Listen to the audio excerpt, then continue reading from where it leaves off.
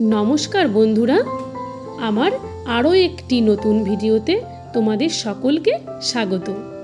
দুদিন ধরেই বৃষ্টি পড়ছে, আর বৃষ্টি পড়লেই যে খাবারটার কথা প্রথমেই সবার মাথায় আসে, গরম গরম খিচুড়ি। তো আমার বাবা তো আমিষ খায় না, তাই আমাদের বাড়িতে সেদিনকে আমাকে নিরামিষ খিচুড়ি রান্না করতে হলো। নিরামিষ খিচুড়ি করব, তাই কিছু সবজি ব্যবহার করব। তো ঘরে দেখলাম কুমড়ো ছিল আর আলু ছিল, এই দুটো দিয়েই বানিয়ে ফেললাম গরম গরম নিরামিষ খিচুড়ি। প্রথমেই আলুর খোসাগুলো ছাড়িয়ে আলুগুলো একটু বড় বড় সাইজের করে কেটে নিলাম। আলু কেটে এই আলুর সাইজেরই কুমড়োগুলো খোসা ছাড়িয়ে কেটে নিলাম।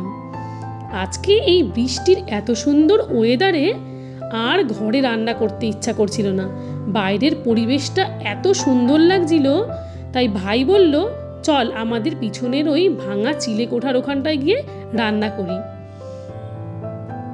আমিও সেই মতো বটি, বালতি, জল, থালা সব নিয়ে গ্যাস ট্যাস নিয়ে চলে আসলাম পিছনে রান্না করব বলে। সবজিগুলো কেটে এবার একটু ধুয়ে নেব। আমাদের পুকুরে যেহেতু স্নান করা পুরোপুরি বন্ধ, তাই পুকুরের জলটাও একদম পরিষ্কার। আমি তাই পুকুরেই দৌড়ে চলে আসলাম সবজিগুলো ধোবো বলে। এক এক করে ধনেপাতা, টমেটো, কেটে রাখা আদা, কুমড়ো, আলু সব পরিষ্কার করে ধুয়ে নিলাম।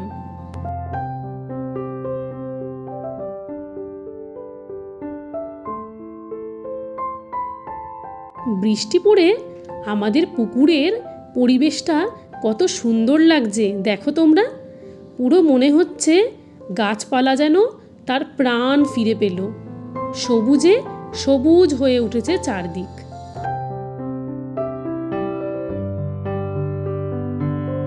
চলো এবার তাহলে আসল কাজে আসা যাক। এবার আমি প্রথমেই মুগ ডালটা একটু অল্প তেলে লাল লাল করে ভেজে নেব। বেশি যেন লাল না হয়, যেন পুড়ে না যায়। মুগ ডাল থেকে একটু সুন্দর গন্ধ বেরোলেই মুগ ডালটা ভেজে তুলে পাশে জল গরম করতে দিয়েছিলাম, সেই গরম জলের মধ্যে মুগ ডালটা দিয়ে দিলাম। ডালটা সেদ্ধ হোক, ততক্ষণে আমার কেটে রাখা সবজিগুলো আমি এবার ভেজে নেব। প্রথমেই কড়াইতে আলুগুলো দিয়ে দিলাম, দিয়ে লবণ দিয়ে দিলাম একটু। এবার সুন্দর করে আলুগুলো ভেজে নেব।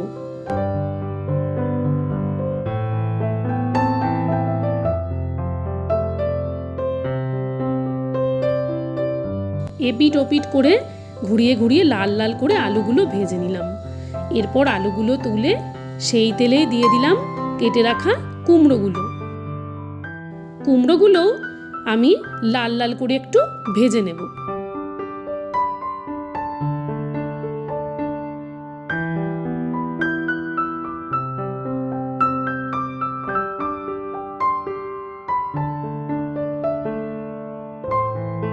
কুমড়ো ভাজা হয়ে গেছে, এরপর কুমড়োগুলোও তুলে নেব।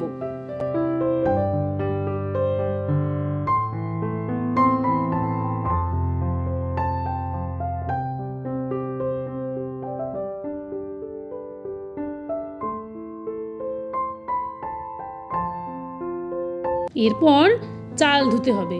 ডালটা তো সেদ্ধ হচ্ছেই, এবারও চালটাও দিয়ে দিতে হবে।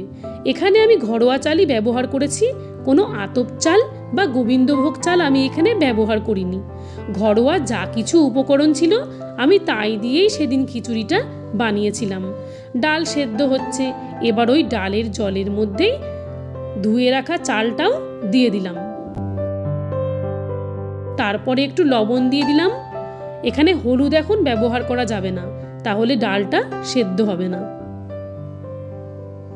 এরপর সবজিগুলো দিয়ে দিলাম চিড়ে রাখা কাঁচা লঙ্কাগুলো। ডাল তো প্রায় সেদ্ধ হয়েই এসেছে, এবার সেদ্ধ হবে চাল, সবজি আর টমেটোটাও দিয়ে দিলাম। দিয়ে একটু ভালো করে নাড়িয়ে ঢেকে রাখলাম। এরপর একটু আদা বেটে নেব ফোড়নের জন্য। যেহেতু নিরামিষ খিচুড়ি করছি, তাই আদা বাটাটা দিতেই হবে। আদাটা বেটে নিলাম। আমাদের পিছনের এই বাগানের পরিবেশটা এত সুন্দর যে ঘরে আজকে আর রান্না করতে আমার ইচ্ছাই হলো না। আদাটা সুন্দর করে বেটে নিলাম।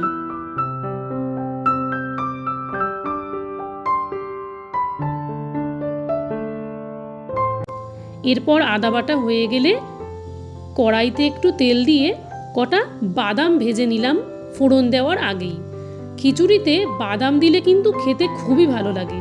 কার কার ভালো লাগে বাদাম বা নারকেল এগুলো খিচুড়িতে দিলে তোমরা জানিও কিন্তু। এরপর ভেজে রাখা বাদামগুলো তেল থেকে তুলে ফেললাম। এরপর দেব ফোড়ন। তাই কড়াইতে আবারও কিছুটা তেল দিয়ে তেজপাতা, শুকনো লঙ্কা আর 5 ফোড়ন দিয়ে দিলাম। এরপর ফোড়ন ভালো করে ভেজে গন্ধ বেরোলে দিয়ে দিলাম আদা বাটা। আদা বাটা ছিটকে যায় তাই একটু লবণ দিলাম, তাহলে ছিটকাবে না গায়ে। এরপর সুন্দর করে আদাটা ভেজে নিতে হবে, কাঁচা গন্ধ যতক্ষণ না চলে যাচ্ছে। লাল লাল করে ফোড়নটা ভেজে নিলাম। এদিকে দেখি তো খিচুড়িটা কতটা সেদ্ধ হয়েছে। তো সেদ্ধ অনেকটাই হয়ে গেছে। এরপর একটু জলে হলুদ গুলে আমি খিচুড়ির মধ্যে দিয়ে দিলাম। আগে থেকে ভেজে রাখা বাদামটাও এখনই যোগ করে দেব। এরপর ফোড়নটাও দিয়ে দিলাম খিচুড়ির মধ্যে।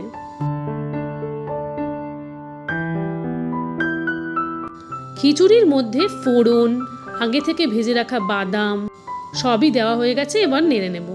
লাস্টে একটা টিপস তোমাদের বলে রাখি, এখানে একটু দুটো এলাচ, দারচিনি, তেজপাতা, শুকনো লঙ্কা ড্রাই রোস্ট করে এটাকে ভালো করে বেটে নিতে হবে। এখানে মিক্সারে বাটলেও হবে, আমি এখানে শিলনোড়া ব্যবহার করেছি। ভালো করে গুঁড়ো করে উপর থেকে এই বাটাটা ছড়িয়ে দিতে হবে। আমার এখানে দারচিনি, এলাচের পরিমাণটা একটু কম ছিল, তোমরা একটু বেশি দিও। এরপর গরম মশলা আর কুচনো ধনেপাতা উপর থেকে ছড়িয়ে দিলেই তৈরি হয়ে গেল আমার নিরামিষ গরম গরম খিচুড়ি। এই এত সুন্দর পরিবেশে বৃষ্টির মধ্যে গরম ধোয়া ওঠা খিচুড়ির গন্ধে মনটা একেবারে ভরে গেল। সাথে একটা ডিমের মামলেট ভেজে নিয়েছিলাম, আর বাবার জন্য হয়েছিল আলু ভাজা, পটল ভাজা, সেটাও নিয়ে নিলাম। নমস্কার বন্ধুরা।